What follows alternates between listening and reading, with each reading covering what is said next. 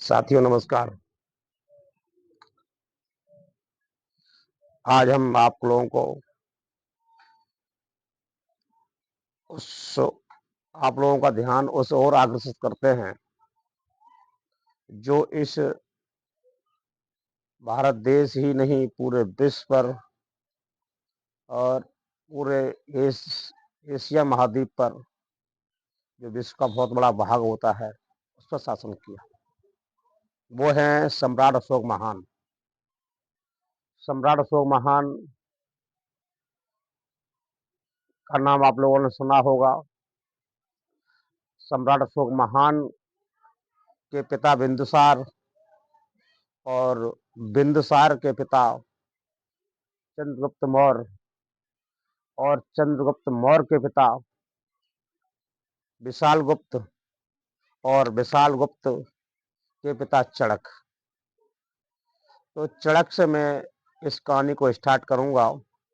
कहीं कहीं लोग कुछ अलग कहानी बताते हैं, अलग से जोड़ते हैं, लेकिन जो संज्ञान में आया है और हमने पढ़ा है और इतिहास को हमने पढ़ा है गहनता से, उसमें हमने ये पाया है अपने स्तर से बताएं आपको। तो कोई चंद्रवर्धन की बात करते हैं, कोई कुछ की बात करते हैं, लेकिन ये बात जब हमने इसका निरीक्षण किया और इतिहासों से और हमारे जो वरिष्ठ महापुरुषों से और तमाम विद्वानों से, तो ये खोजा कि राजा चड़क थे। राजा चड़क के दो पुत्र पैदा हुए। बड़े पुत्र का नाम विशाल गुप्त और छोटे पुत्र का नाम विष्णुगुप्त था। ये मगध की गद्दी पर आसीन थे, शासन कर रहे थे। तो राजा चड़क वृद्ध हो गए थे, तो उन्होंने अपना शासन अपने बड़े पुत्र विशाल गुप्त के हाथ में सौंपा और छोटे पुत्र राजकुमार को। उस समय एक रीत रिवाज थी कि बड़े पुत्र को उस राजभार कारभार संभालने के लिए दिया जाता था और छोटे पुत्र को संन्यास धर्म का पालन करना पड़ता था। और उस समय ये रीत थी। तो उस समय विशाल गुप्त को राजा बनाया और विष्णुगुप्त को नालंदा विश्वविद्यालय में पढ़ने के लिए बाहर भेज दिया। और बाहर भेजने के बाद में तो वे पढ़ने चले गए। तो इधर विशाल गुप्त शासन कर रहे थे मगध की गद्दी पर, तो इधर महापद्म नंद और घनानंद ने आक्रमण कर दिया। जब ये आक्रमण कर दिया तो उस आक्रमण में विशाल गुप्त को मार दिया जाता है महापद्म नंद के द्वारा और चड़क को भी मार दिया जाता है। जब चड़क और विशाल गुप्त अपने पिता पुत्र को मार दिया गया और उनकी पत्नी थी मीरा विशाल गुप्त की, तो मीरा और उनकी गोदी में 6 महीने का बच्चा था जिसका नाम था चंदू। चंद्रगुप्त नाम कर रखा था, लेकिन चंदू कहा जाया था, छोटा बच्चा था कहा करते थे। तो चंदू तो उनके ही चाहने वालों ने कहा कि अब ये शासन की गद्दी पर महापद्म नंद और घनानंद ने राज कर लिया और उनको मार दिया और इनकी पत्नी को भी वो मार देंगे, बच्चों को भी मार देंगे। तो इनकी पत्नी और बच्चे को उनके मामा ने, चंदू के मामा ने उनको भी यानी रानी की भाई ने रातों रात उनको छुपाने के लिए ले गए। ले जाते समय रास्ते में सुबह होने वाला था, तो उनके ही शासन काल में एक कबीला पड़ता था। उसमें कबीला कहा जाता था और उसमें आज हम लोग आज की भाषा में गांव बोलते हैं। उसमें एक कबीला था। उस कबीला में ये पाल समाज जो है ना, बघेल जो आज लिखते हैं, ये पाल समाज के लोग रहा करते थे। तो वहां पर पाल समाज के यहाँ एक दंपत्ति जीवन था, पति पत्नी थे, इनके बच्चे पैदा नहीं हुए थे। तो 4 बजे वो उठकर अपने अपने पशुओं को चारा डाल रही थी, सानी लगा रही थी। तो उन्होंने देखा सुबह होने वाला था, तो उन्होंने कहा कि आप आग जाएंगे तो कोई देख लेगा, तो इस बच्चे को रानी का भेद खुल जाएगा कि ये यहाँ से भागकर इधर से गई हैं। तो लोग लोग फिर ये इनको भी जान के खतरा था। उस खतरे से बचाने के लिए तो उन्होंने उस दंपति जीवन से कहा कि आप मेरी बहन मेरी बच्चे को पाल दो, ये बच्चा आपका अपना समझ के पाल लो, इसके कैसे इसके प्राण को रक्षा करो। तो पाल समुदाय के व्यक्ति ने उस बच्चे को अपना अपनाया और उसका नाम चंद्रगुप्त था। उस बच्चे का लालन पालन और पाल समाज के यहाँ हुआ। तो और वो उनकी माँ चले जाते हैं, समय बीतता चला जाता है। समय का चक्र बहुत बलवान होता है, समय सबका आता है, धीरे धीरे धीरे समय बीतता गया। जब 8 वर्ष बाद चंद्रगुप्त मौर्य, अब वहाँ खाने के लिए कोई कमी तो नहीं थी, दूध मट्ठा घी और ये सब तमाम चीजें मिला करती थी। तो चंद्रगुप्त मौर्य ने सब कुछ मिलते हुए और 8 साल का बच्चा आज के 16 साल के बच्चे की बराबरी करने लायक हो गया। नया बच्चा था, उमंग थी। इधर जो विष्णुगुप्त थे, जो चंद्रगुप्त के चाचा थे, जो नालंदा विश्वविद्यालय पढ़ने गए थे, 8 साल बाद उन्होंने कहा चलो मैं अब घूम के आता हूँ, अपने घर की तरफ जाता हूँ, देख के आता हूँ क्या उधर का हालचाल है। उस समय ये फोन और टेलीफोन भी कोई झंझट नहीं था, कोई ने जाना जाना जानते थे, उसमें सब सादा जीवन था, इन चीजों से कोई लेना देना नहीं था। ये तो आज का युग की बात है। तो ये मैं ईसा पूर्व की बात कर रहा हूँ। ऐसे ही विष्णुगुप्त, जिनको एक चाणक्य के नाम से भी कहा गया है, जब चाणक्य और विष्णुगुप्त जब अपने यहाँ आते तो उन्होंने देखा कि मेरे बाप को और मेरे भाई को महापद्मनंद और ये घनानंद, इन दोनों ने बाप बेटा ने मार दिया है और यहाँ अपने मगध की गद्दी पर शासन कर लिया है। तो उन्हें ये जानकर बहुत दुखी हुए और उनके सहयोगियों ने, उनके चाहने वालों ने बताया कि तुम्हारे ये सब कुछ छीन लिया है और ये सब आपका था, आप चले गए थे वहाँ, आपके भाई को मार दिया, आपके पिता को मार दिया, सारी सेना पर कब्जा कर लिया।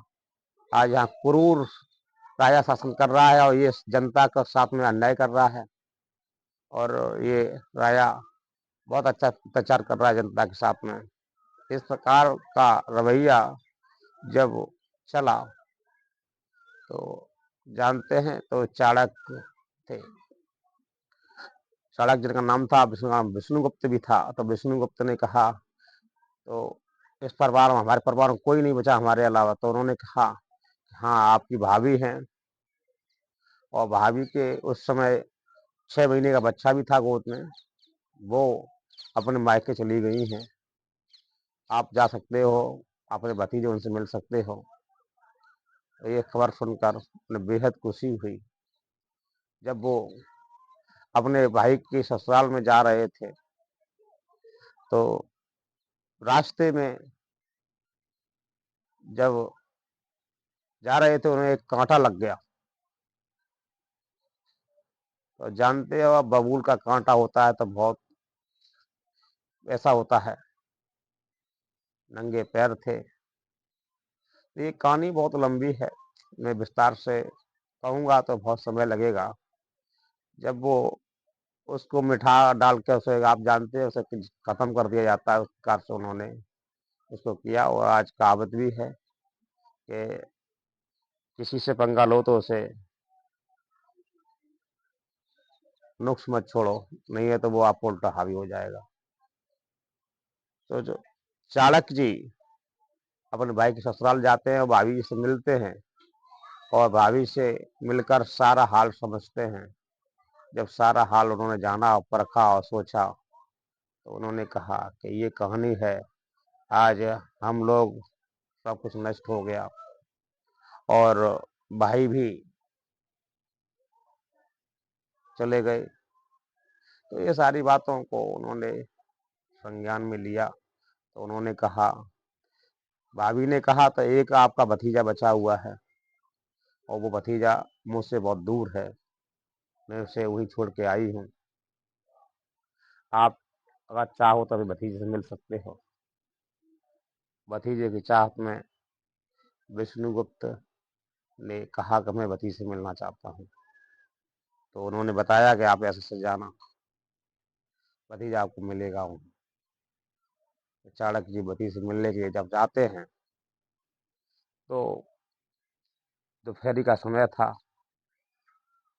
और चंद्रगुप्त पशुओं को चुगाने के लिए अपने मित्र मंडली के साथ में खेतों में जा रहे थे और फिर खेतों में चुगा रहे थे और वहीं पर राजा का खेल खेल रहे थे। चंद्रगुप्त लड़कों में से एक सर्वश्रेष्ठ राजा बनता है। कुछ लड़के द्वारपाल बनते हैं और कुछ लड़के उत्पाती बनकर न्याय मांगते हैं। और चंद्रगुप्त मौर्य उत्पातियों को न्याय और अन्याय की परख कर रहा था बैठकर। इधर विष्णुगुप्त यानी चाणक्य की निगाह उस लड़के की पर पड़ी तो उस लड़के का तेज देखा चेहरे का। जब तेज देखा तो बिल्कुल सेम उनके भाई विशालगुप्त जैसा था। वो जो तेज जो जो उन्होंने देखा कि ये ऐसा लगता है ये मेरा भतीजा है, लेकिन उनको नहीं मालूम था। माँ की ममता भी ऐसी निराली होती है, उस माँ पर भी नहीं रहा गया तो वो भी पीछे से आ रहे थे। तो जब उन्होंने छुप के जब देख रहे थे तो उन्होंने इशारा किया, यही आप चंदू है, यही आपका भतीजा है। तो उन्होंने यही मेरा भतीजा है। उन्होंने कहा मैं जान तो रहा था कि इस पूरा तेज भाई का पूरा तेज व्यवहार पूरा भाई के जैसा है। तो जाके मिलते हैं तो चंद्रगुप्त को नहीं मालूम था ये मेरे चाचा हैं। और उनको जब नहीं मालूम था तो उनकी माँ ने बताया था कि हाँ ये तुम्हारा चाचा है और ये इस प्रकार से बाहर रहते हैं और नालंदा विश्वविद्यालय में इन्होंने पढ़ाई की है, वहाँ के आचार्य भी बन गए हैं और ये बहुत बड़े विद्वान हैं। अब आप यहाँ गांव में अब 8 साल के हो गए हैं, आपको भी पढ़ाई लिखाई करनी है, आपको कुछ बनना है तो आपको भी इनके साथ जाना होगा। जब माँ की बात सुनी तो चंद्रगुप्त ने मना किया कि नहीं माँ, मेरी माँ वो है, मुझे यहाँ पालन पोषण इतना बड़ा किया है, मेरे को क्या जब पढ़ लिख कर हम लोग क्या करेंगे। नहीं, तो उस समय उन्होंने रोका, नहीं आप जाइए। जब आप वहाँ जाएंगे और कुछ सीख के आएंगे और अपना खोया हुआ साम्राज्य को वापस आपको लेना है। जब माँ की इतनी बड़ी बात सुनी तो बच्चे के रोंगटे खड़े हो गए।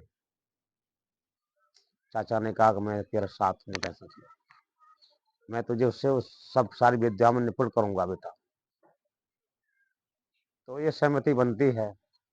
सहमति बनने के बाद में पाल समाज के जो माता पिता थे उनके, जिन्होंने जिन्होंने इनका लालन पालन किया था, उन पे जाके शाम को जाके मिलते हैं, इनके यहाँ रुकते हैं, उनकी परमिशन लेते हैं और बच्चे के भविष्य के लिए, बच्चे की परवरिश के लिए, बच्चे की पढ़ाई लिखाई के लिए तो उनके दूसरे माता पिता भी मना नहीं करते। धन्य है पाल समाज के वो व्यक्ति जिन्होंने चंद्रगुप्त मौर्य जैसे बालक को पाल पोस कर बड़ा किया। उस बच्चे को पढ़ाई लिखाई करने के लिए नालंदा विश्वविद्यालय पुनः भेज दिया। और जब भेज दिया, जब चंद्रगुप्त मौर्य को लेकर जब जा रहे थे तो रास्ते में ही ये जब लोगों ने बताया, राज्य मगध का राज पड़ा तो उन्होंने कहा कि ये यहाँ कुरु राजा है, ये शासन करता है, जनता पर अत्याचार करता है और ये भोग विलास में डूबा रहता है, ये सब अस्त व्यस्त कर रहा है। तो चाणक्य सोचा कि लाओ मैं मिलके आता हूँ। चंद्रगुप्त मुझसे कहा कि आप बेटा यहाँ विश्राम करो, मैं लौट के आता हूँ। चंद्रगुप्त मौर्य को वहाँ विश्राम के लिए एक पेड़ के नीचे छाया में छोड़ के आते हैं और स्वयं राजा जाते हैं मिलने के लिए घनानंद से। तो क्रूर प्रतापी राजा वहाँ शासन कर रहा था, और उस समय द्वारपालों से मिलकर जब वो एक सन्यासी मिलने आए हैं, और उन्होंने भी अंदर लाया जाए, तो उन्होंने जब कहा कि आप ऐसा कैसे बर्ताव कर रहे हैं, ये आप घातक है और ये समाज हित में ठीक है, अच्छा।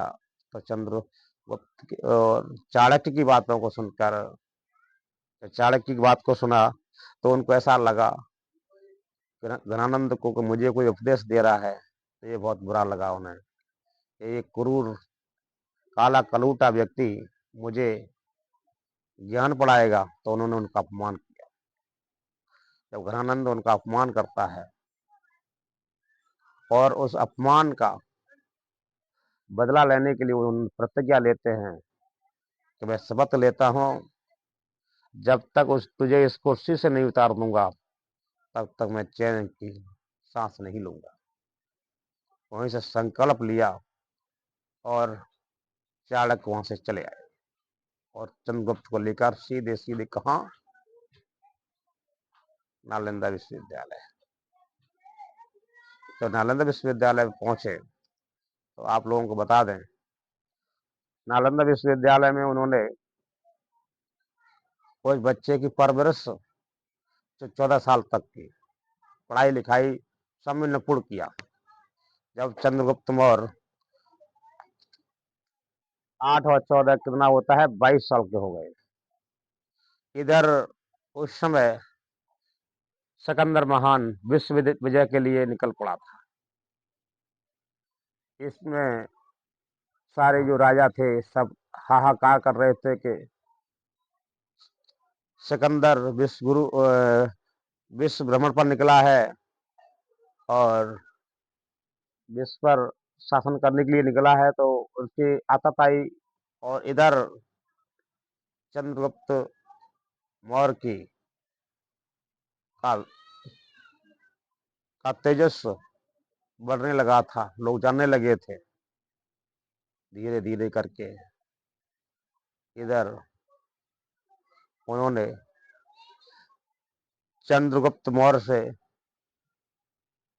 सिकंदर महान की मुलाकात होती है, और उन्होंने काफी उनकी प्रशंसा की। तो मैंने आपके शौर्य के बारे में काफी सुना है। तो यहाँ बहुत बड़ी कहानी है।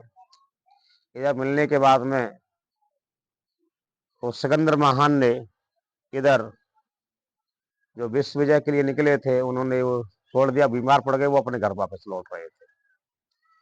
रास्ते में जब पहुंचते हैं तो उनकी मृत्यु हो जाती है, बीमारी के कारण उनकी मृत्यु हो जाती है। तो यही मौका था, उनका जो सेनापति था सेल्यूकस, उस सेल्यूकस ने शासन करने के लिए अपनी दावेदारी ठोक दी। इधर चंद्रगुप्त मौर्य भी थे उसके साथ में, तो उन्होंने अपनी ठोक दी। तो चंद्रगुप्त मौर्य और सेल्यूकस का युद्ध हुआ। जब चंद्रगुप्त और सेल्यूकस का जब युद्ध हुआ है, तो आपको मालूम है जब वहां युद्ध हुआ तो युद्ध में सेल्यूकस पराजय हुआ और चंद्रगुप्त मौर्य की विजय हुई। वहां से अब आप जानते हो कि हारा हुआ व्यक्ति अपना तुरंत उसने अपनी बहन, वो अपनी लड़की का रिश्ता यानी हेलन की शादी चंद्रगुप्त मौर्य से तय कर दी। जब चंद्रगुप्त मौर्य से जब तय कर दी, तो उन्होंने ये काबुल, कंधार, ये तमाम देश उन्होंने दान में दिए, और हाथी की हाथी हाथी तमाम हाथी की फौज, घोड़ाओं की फौज, तमाम चीजें, सब जो था सिकंदर महान का, सब सिकंदर लोदी का था, सब कुछ दान में दे दिया। इधर चंद्रगुप्त मौर्य वहां का उनका शासक बन गया था। उन्होंने तुरंत महाघनम महा तुरंत महा घनानंद को पटखनी थी, तो तुरंत स्थापित किया और उन्हें शासन किया। जब शासन हुआ, शासन होने के बाद आपको मालूम होगा कि ये कहानी बहुत अजीब और गरीब है, और ये अजीब और गरीब कहानी का सारांश इतना है कि वो जब जाके वहां चंद्रगुप्त मौर्य ने शासन किया, तब ये वीर गाथा उनकी स्टार्ट हुई है।